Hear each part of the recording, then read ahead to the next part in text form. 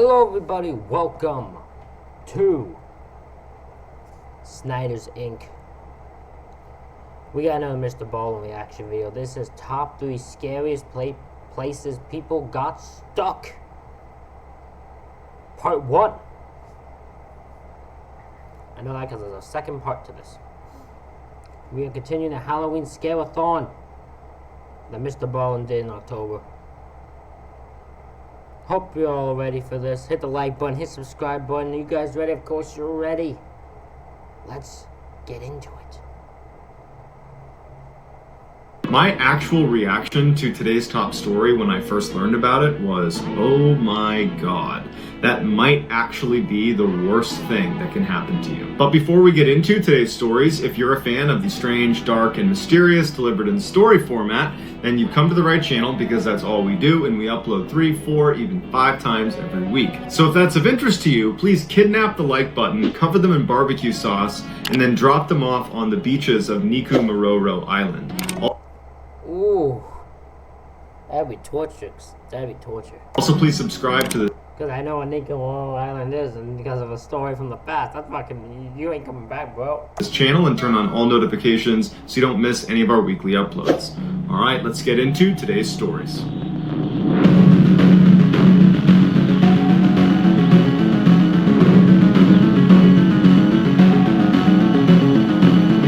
Swallowed whole. Oh, oh god, what is this gonna be?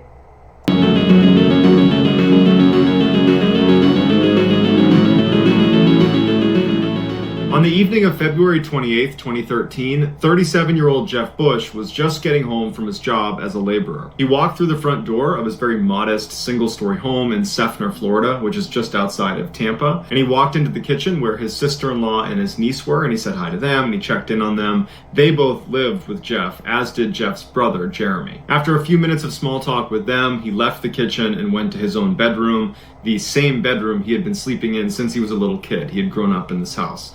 He goes into his room and he hops on the bed, turns on the TV, and looks forward to relaxing for the next couple of hours before going to sleep. A couple of hours later, Jeremy comes home from his second job. He actually worked during the day with Jeff at the same company, but had to pick up additional shifts at night because he needed to support his daughter and his wife.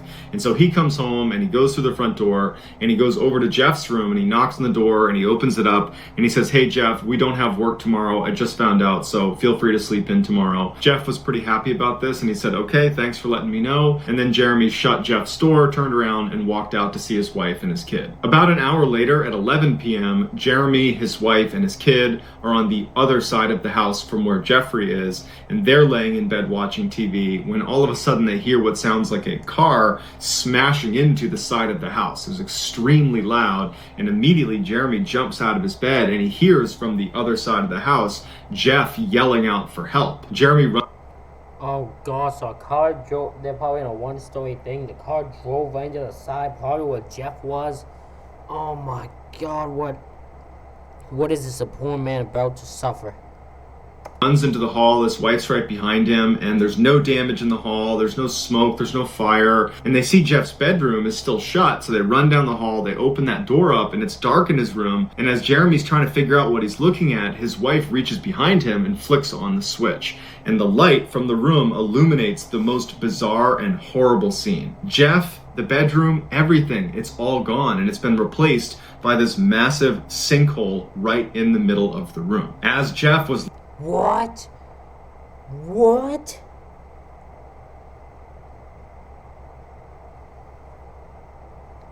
Oh my. So a sinkhole happened right where Jeff's bedroom is. Right where the bedroom is where the sinkhole happened. Oh my.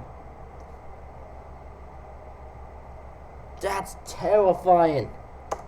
Laying on his bed, apparently the sinkhole had opened up, and when it did, it completely opened up. Jeff fell into it along with everything else in the room, and then it kind of churned on top of him, like it opened its mouth and then squeezed up over him, so that when Jeremy is looking in, it actually looked like a flat layer of dirt. He could only see the corner of a bed poking out. There was no sign of Jeff. He saw the cable from the TV was still coming off the wall and going into the pit and disappearing into the dirt. And so Jeremy starts screaming screaming for Jeff, and he can hear Jeff's muffled screams as he's yelling for him to come save him. And so Jeremy, without any hesitation, jumps into this hole, which right then, it was only about 6 to 10 feet deep. It would end up becoming 60 feet deep over the next couple of days.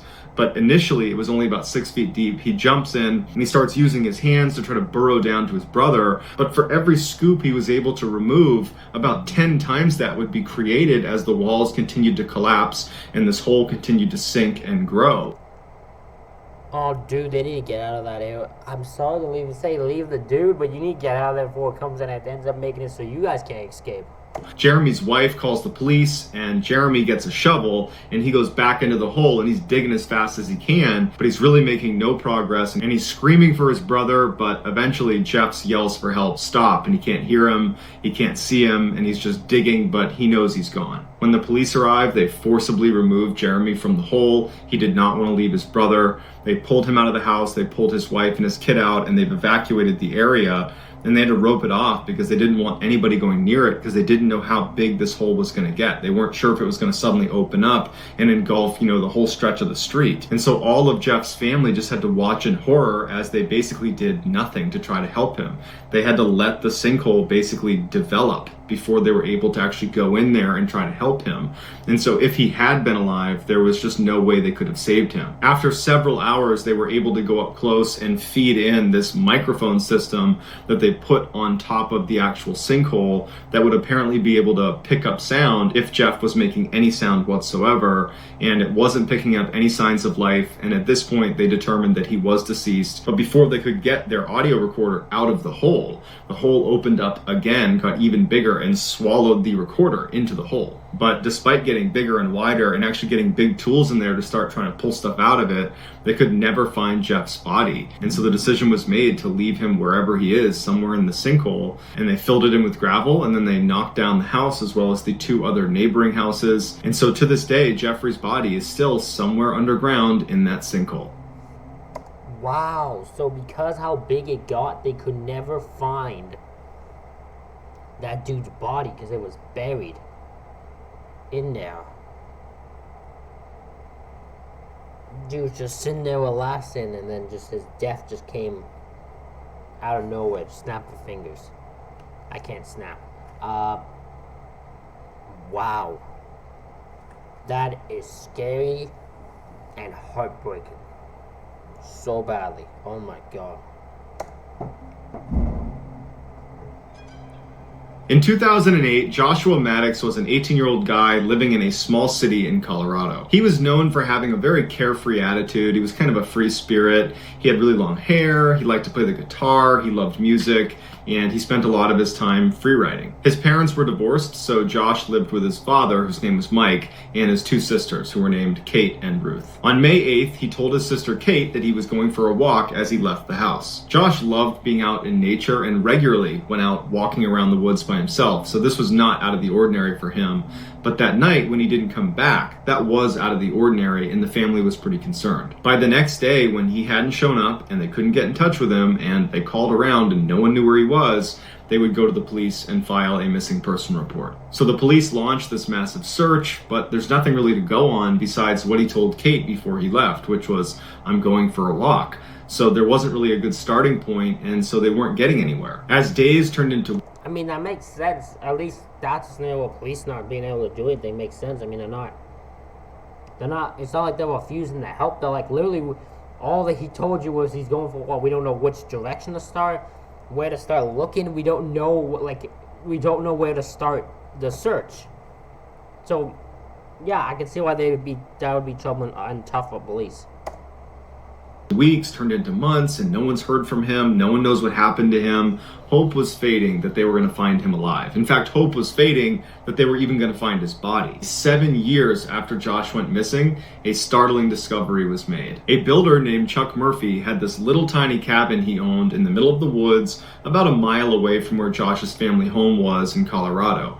The cabin had fallen into disrepair. At one time he might have used it, but now the land it was on was much more valuable than the cabin itself. So the decision was made to demolish the cabin and sell the land. And so he brings out a demolition crew, they start knocking down walls, and when they crack open the chimney, when they're standing inside of the cabin and the chimney is now coming down, they see a body crammed into the chimney in the fetal position with its legs over its head. Chuck calls the police, who come over and they're able to identify this body as being that of Josh Maddox. The cabin had been consistently overlooked during the different searches for Josh because it just didn't look like a place anybody would go. It was like this broken down, caving in pile of wood, and they just kind of wrote it off, and no one thought to actually go check it out. Chuck, the owner of the cabin, said that he was really never there, but he had gone in the time between when Josh disappeared and now, and he said when he went inside there was no signs of anything unusual. It looked like the same old cabin, and he was only in there for a couple of minutes, but he didn't see anything. The autopsy revealed Josh had been wedged inside of this chimney for 7 years, meaning as soon as he went missing, he wound up wedged in the chimney less than a mile from his house. He had no drugs in his system, he had no trauma to his body, so no broken bones or knife marks or gunshot wounds. Initially, authorities said this death was an accident, and what must have happened is Josh came to this cabin and he wanted to get inside. It was locked, and so he thought he would go through the chimney and he got stuck. But Chuck Murphy said, no, that's not possible, because I put this really heavy-duty rebar cage over the top of the chimney cap to prevent animals and other debris getting inside the chimney, and certainly a person could not have fit through there. However, they couldn't go back and confirm there was indeed this chimney cap because the cabin had already been demolished. In addition to the chimney cap that kind of contradicted this whole accident hypothesis, there were a few other significant unanswered questions about this case. The first one was there was this big breakfast bar, this wooden breakfast bar that was ripped off the wall inside of the cabin and placed up against the fireplace. And if that wasn't there, you would be able to see the underside of Josh because he was tucked up just underneath where you could see. So that means either Josh ripped it off the wall and put it in front of the chimney before going into the chimney, or he was in the chimney and somebody else broke it off and put it in front. The second big question mark is Josh's body position. His legs were over his head, so his position indicates he would have had to go into the chimney head first. And so, I don't know about you, but if you were going to go into a chimney, I would not be leaping head first. It just seems counterintuitive and unnecessarily risky. And the third question mark are Josh's clothes, or lack thereof. He was only wearing a shirt. He didn't have pants or underwear or anything else on, just a thermal shirt. And the clothes he didn't have on were neatly folded and stacked inside the cabin next to the fireplace. Meaning... So many questions going on here. Did Mr. Chuck, Mr. Owner of Cabin, just see this boy wandering around his cabin, get very angry, and stick him in a chute? For this to be an accident, he would have had to gain access to the cabin, take off most of his clothing, fold it up, put it next to the fireplace, rip off the breakfast bar, put it in front of the fireplace, go outside, climb onto the roof, rip off the rebar cage, and then only wearing a t-shirt, go head first down a chimney, and then get stuck and die. Very few people, including authorities, buy this is truly just an accident, but they're lacking evidence to suggest it's something else. And so to this day, it remains an accident. I mean, I get why they think they're going with the accident, because they can't come up with another explanation. But yeah, that's definitely no goddamn accident. Something else happened there. On December 6, 1941, 20-year-old U.S. Navy sailor Clifford Olds met up with a couple of his shipmates at the Monkey Bar for a night out in Pearl Harbor, Hawaii. A barmaid took this picture of Cliff all the way on the right with his friends and then offered to sell this back to them, to which they said, "That's a ripoff, you can keep it." This would be the...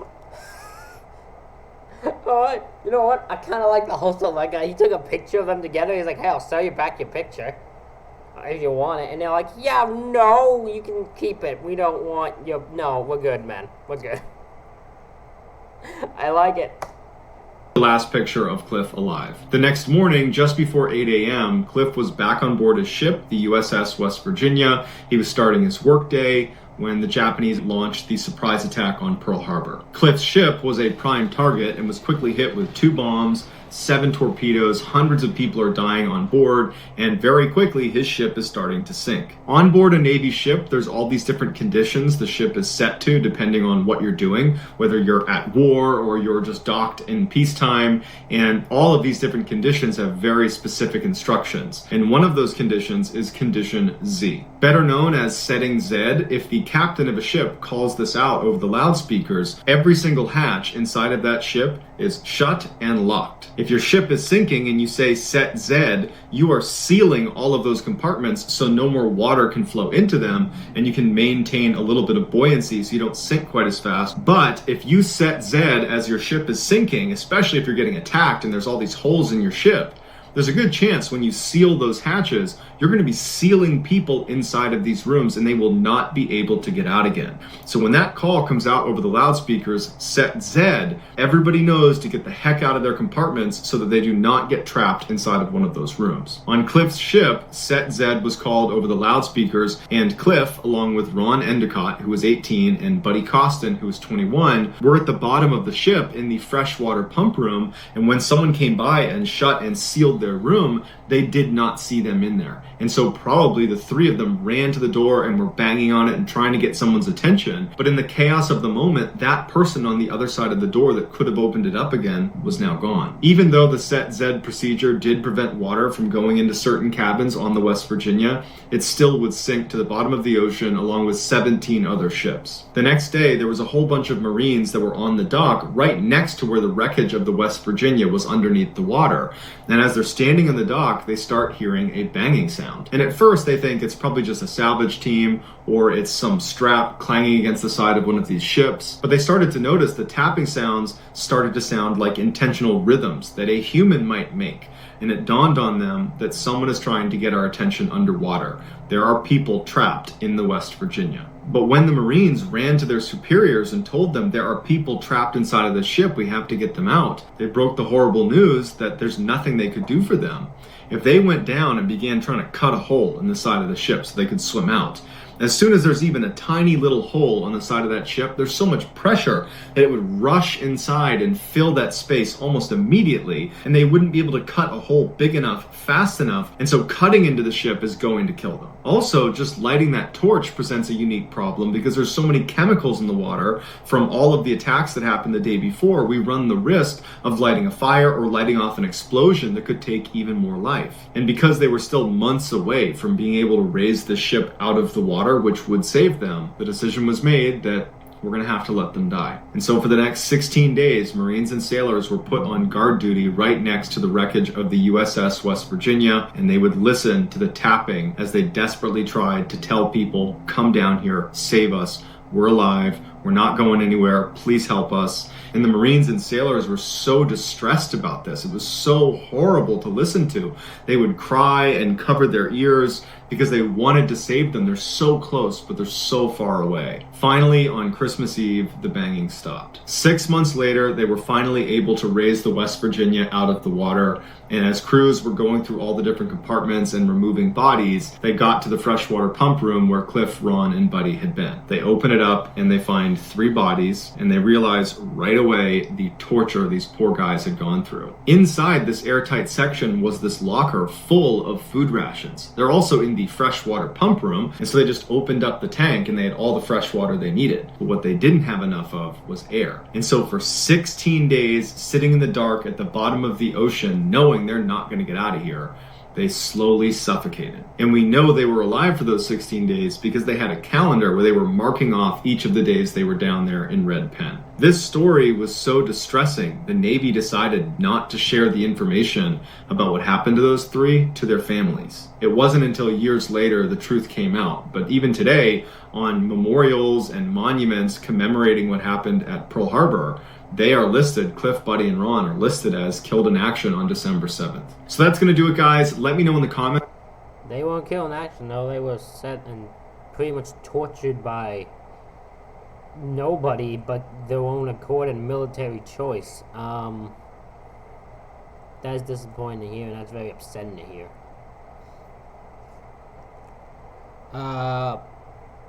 thank you everybody for watching this reaction video. Hope you all enjoyed it. Hit the like button, hit subscribe button, comment what you think down below. Again, thank you all for watching, and I will see you all for the next one.